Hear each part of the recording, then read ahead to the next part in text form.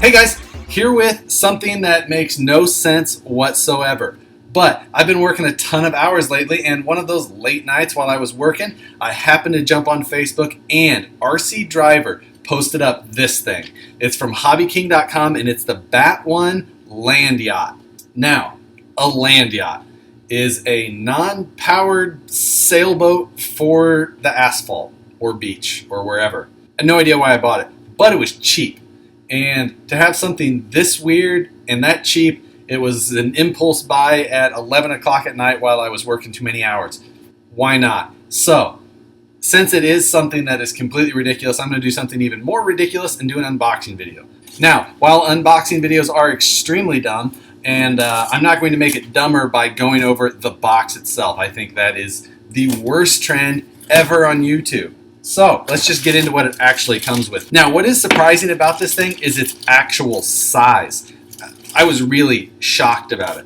Even when things came down to like the size of the tire, these are a pretty decent sized tire. And when you start looking at these foam tires with bearings in the hubs and all that, and then you take a look at the picture and you start getting an idea of the size of this thing. And once I finally saw one actually put together and how big it was, I was even more shocked about this thing. So, a couple of tires, a bag of hardware, and some associated things. We'll see exactly how those all go together. Of course, it comes with an instruction book. We'll get into that. I did buy the kit version. There's like a kit version and two other versions, a PNS and an RTS, plug-in sail, and a ready to sail. And like I said, I bought the kit version. So inside the box, we've got a couple of more boxes, as well as a few sticks of carbon fiber.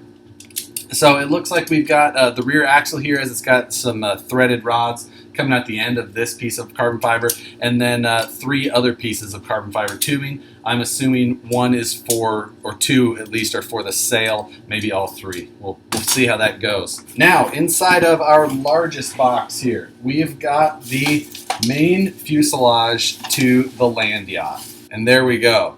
This great big ass thing.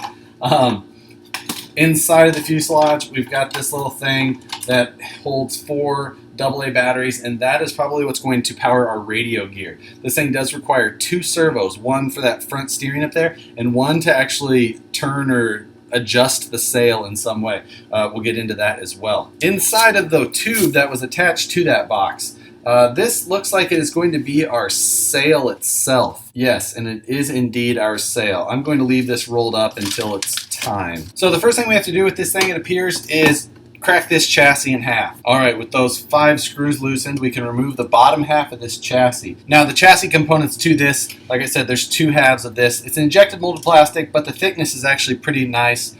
Some nice ribs in it, and those screws actually thread into brass inserts on the top half of the chassis. The next step in the instructions is to actually install the steering control rod servo. So we're going to remove the screws from these servo mounts and place the servos in there. Now, for this servo installation, here's where I ran into a little bit of an issue. Not because of the kit, but because of what I have around here in the shop. Now, I have got servos here in the shop. However, what I have is extremely nice, powerful servos, like this BLS 172. And this servo is like 4 times the cost of this whole kit. So I'm not going to throw that in there. I've got one axial takeout servo still laying around here in the shop. I just don't keep those things around. And then I've got some other odds and ends. One of which is this slightly undersized, still very nice Futaba servo. And that's what I'm going to use. This is actually a BLS servo. It's the BLS 257 if you guys really want to judge me over it.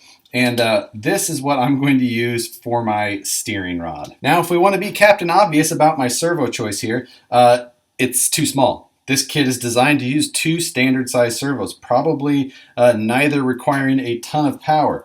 But this is what I've got and what I'm going to use for now. So I'm going to use a little bit of servo tape to make sure that thing stays firmly in place. For our next trick, we've got the sail servo. Now, this shows to remove the servo horn, place this servo horn extender behind that servo horn and then put your servo horn back on. Now, after installing that servo horn extender behind the servo horn on your servo, you screw them together with some coarse thread screws. So when installing the sail servo and tightening it down, I actually tightened the screw too much and it actually cracked that mount. I didn't notice that the mount was quite a bit under spaced so that it kind of flexed down. You can actually see in the pictures it's got a pretty decent bow to it. I went too far because I assumed that it was going to snug up, just not paying too close of attention, but not too big of a deal. I'm not going to remove it in servo tape or anything like that because this is a land yacht, and how big of a deal could it be? For my receiver, I am going to install a Futaba 2106 GF. This is an SFHSS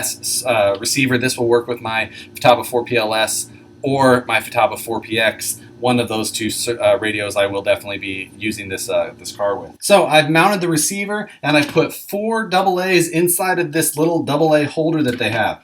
The power switch is on the side here. I'm going to turn that on and get my radio bound. Now, for the mounting of that AA, they do have some Velcro included here, and I am actually going to use that because when these batteries die, it will be nice to be able to just pull this whole thing out of this chassis and replace them like that rather than trying to do it with it all inside of there, because it does look like it could be pretty tight to try and access things through the tiny hole that's in the top of this chassis. Now it's time to join the two halves of this thing back together. After putting the two chassis halves together, it says to attach the steering rod to this front wheel setup. It's a small little like kind of airplane style clevis, and there's a small hole in this front wheel. The front wheel does point forward.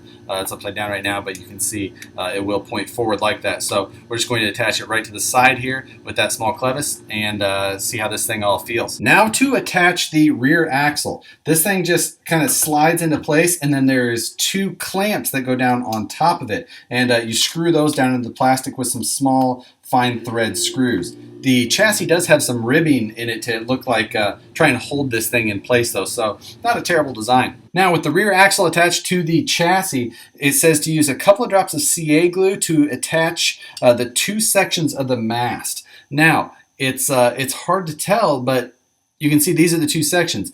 That's going to make a really long mast, and that's what I was talking about with the size of this thing. It actually really started to surprise me how big this thing really is, and this mast is going to be tall. Now the next part of this is to install the sail. It says to slide this on starting with the top loop. Now to attach the very top side of the sail, we use this white cap and we put it on the very top of the mast, and then you actually zip tie this very top eyelet to the mast with that little top cap there. Now at this point it tells us to put the mast into the mast block of the chassis. Now with this huge mast in the way, it is actually touching the ceiling of my shop down here. There is just enough room, kind of, to have it sit on here without the wheels and touch the ceiling down here.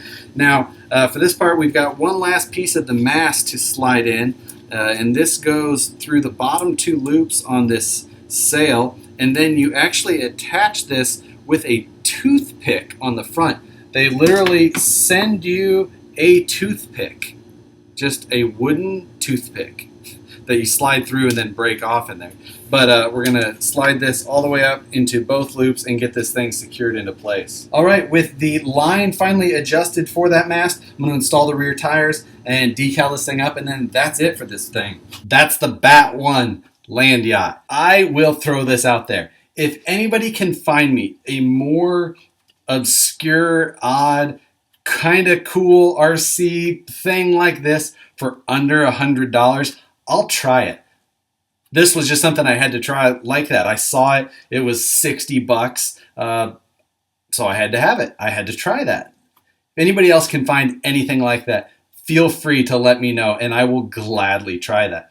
If this thing doesn't give me even the smallest amount of enjoyment, I'll put a rocket on it and we'll launch it off a cliff. I don't know. We'll figure something out fun to do with this thing, even if standard land yachting is not it. But with that, I'm going to try and run this thing this weekend probably.